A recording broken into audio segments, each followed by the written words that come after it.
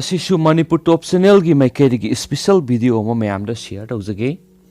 मयाम सिगी video सिबु सोयदना खांजनबदा अदुकी मति कानरबा हौजुकी मतमसिदा नुपीबु थाक हंतना खनबिबा करी मरमगी खल्लिबनो करमायना खलकलिबनो हाय खललकलिबनो हायबिसिगी मरमदा मयामदा सौराकपमा शेयर तौजगे खुनाइसिदा ngasiगी खुनाइदा नुपीगी मफम नुपागी खुनाइगी थाकना नुपीगी खुनाइगी थाकतगी हेनबा ngamde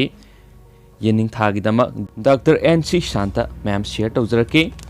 मलेंगी थाक्त नुपी सिंगी मफम असि इवांग वांगदबदौना खनै नुपी सिंगनसु मखोय मसाना सोनथना खंजबदुना तौवी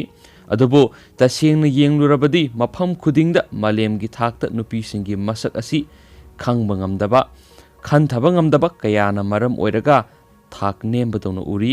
यामना लेबक थीबनी हाइबताई मवोंग कयादा मसक कयादा नुपी सिंगी थाक कैदौंगैदसु नुपा सिंगना लांबा फंगोइदबा लई हाइबसिदी कनानसु खंगदे मसी खंगे हाइरबदी नुपा खुनाइना नुपी खुनाइगी मसक निंगथीना खंगबा अमसंगी नुपागी खुनाइगी थाकना नुपीगी खुनाइगी थाकतगी हेनबा ngamde हाइबसिदी मलेमगी महौसा लैरेंबिना पीबा खुदोलना मयेक सेंगना उतली हाइबसिदी खंगफम थोई मालेमगी थाकता लैरिबा नुपासिंगना मखोयना नुपासिंगदगी थाक वांगी हाइना खंजबना मरम ओइरगा हौजुक फावबा लैरे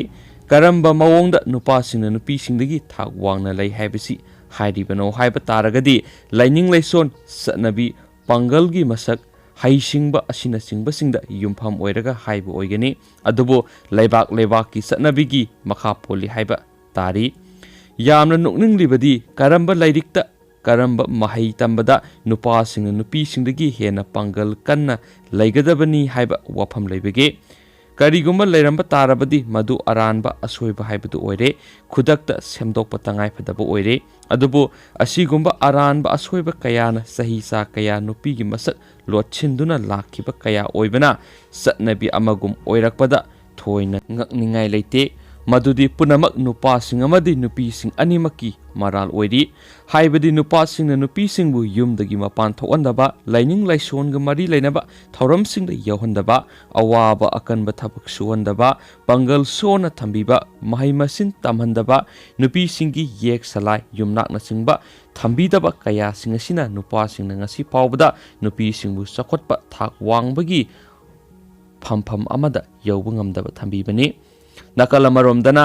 नुपी ओइबिसिंगनसु हानदगी सत्नरकपा ओइबनी हाइबा मवोंगदा युमगी थबक इंखांगबु मखोय खक्तगिनी खनबा लाइनिंग लाइसोनगी थबकता लापना लैबा अवाबा थबकना सिंगबदा सरुक यादबा महै मसिन तंबदगी लापथोकलबसु याय खंजबा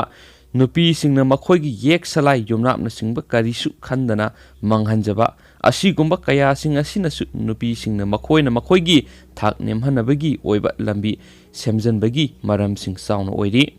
खोआइदगी लाइबक थीबा अमना आईबा कयाना सिनेमादा ड्रामादा सुमांग कुमैदा अमसुम अतै मफम कयादा हाइबदी लैकाइदा इमुंगदा मयामगी ओइबा पुंगफम इंस्टिट्यूशन सिंगदा नुपीसिंगी मफम यामना सोथबा तोलबा अमा ओइना ओहनबा कया याउरी मसिमक ngasiगी miyoibagi hak khongoinaba natragana miyoiba amagi phangpham thokpasing phangandabanani manghanbani haibasi thamjage masida lalibasi kanano haiba taragadi makhoi loinamak oiri punamak asi semdokpa ama sangli punamak wakhal taminaba ama sangi khudam masa amatang pijarabada nupina ahing amambada karigi nathanta satlibano kanana hai masina nupi singbu thauna pangal manghangadawriba natra इबेम नखोइदी नुपी ओइबिगी मपोउनी कनाना हाय करिगी हाइरिबनो हाइहाइबा वोहाई सिंगनते मखा ताना हाइबिगनो नुपीगी खुनाय कनबा कंदबा करिसु लैते सब मानब थाकता थबक थौरम खुदिंगदा थिंगबिगनो मखोइगे फंगफम थोकप खुदिंगमक फंगजसनो नुपी सिंगी थाकती मसाना वांगना लाक्सै वांगना लैजै वांगना लैखिगनी इमा हाइबदगी लाखिबा ओइरमगनी मालेम इमा हाइबदगी लाखिबा ओइरमगनी इमा लेबा करिगी सोनथरी मालेमगी नुपीसिंग लंबा तौनरो मालेमगी नुपासिंगा नखोइगे फंगफम थोकपा मसक खंगलो इमुंगदा लैरनु नुपीगे फंगफम थोकपा फंगनबा तालो करिगी खंगद्रिबनो नखोइ नखोइगी नुपागी मरुमदा करिगी लैरिबनो नखोइ नखोइगी नुपासु नखोइ नखोइगी नरुमदा करिगी थमद्रिबनो मालेमसे नखोइगिनी मालेमसि नखोइ खक्तना सेमदोकपा ngamgadoribani nakhoi yaudravadi malemsi laikangumbani nakhoi yaudravadi malemsi mahi yandraba upalgumbani nakhoi gi yumpham semlasi mikha ponba tamlanu mikap thoklasi mapung phana nakhoi gi su sagai gi puya iduna thamlasi masini ngasi gi nupi oibisingi mangba yadraba phangpham thokpa hairibasi masina taba atai amata leite haibatai asumna nupi singna mikap thokpa mikha pondaba mapan thoktuna kidana hingba aranba satnabi kya thadokpa amasum kidana mayuknaba amadi sangli haijaningbadi malemda lairiba laingaki wayel singna amasum satnabi singna nupi singidamak tat tawbiba matam oidre tat haibasi kuiba yaroidaba oibana mai hauna sakadaba matam haibado malemgi mikap tholakadaba nupi singi thaunada lairi maram aduna asengba nupi singi phangpham thokpasing aduna chapchaba nupi singi masak mapham leiba ngamgadoribani tokpiro nupi gi reservation natragana kota punamak tani makhoida athingba thambigano phangpham thokpa khudingmak phangsano kaidongai nupi singi thak nupa singdagi hanthade haibasi punna khangminarasi hainasu paujel sina makhatana pirakli aduga makha satharak poina khangjinbada kanaba content masang katang mayam da share tawjaramge mayam lufukta minasi chilak poina hauji khoi manipur yoireba laichat ki maram da mayam da share tawjaramge manipur de active case listing om hele ICU bed na yankhai ga matoi khakta lairi ICU bed ward padigi positive oiba anaba sibagi sang wang libra hangnarakle manipur COVID-19 positive oiduna lekatnariba miyoi sing sibagi sang wang khalak liba si COVID layeng liba hospital singda intensive care unit ICU amadi high dependency unit HDU ki bed konadabadagi phibam sokchilaglaba anaba sing sibagi sang wangkhalak libra haina maikei kyadagi hangnarakli haujuk phawbagi oina state asida COVID-19 positive oiba apunba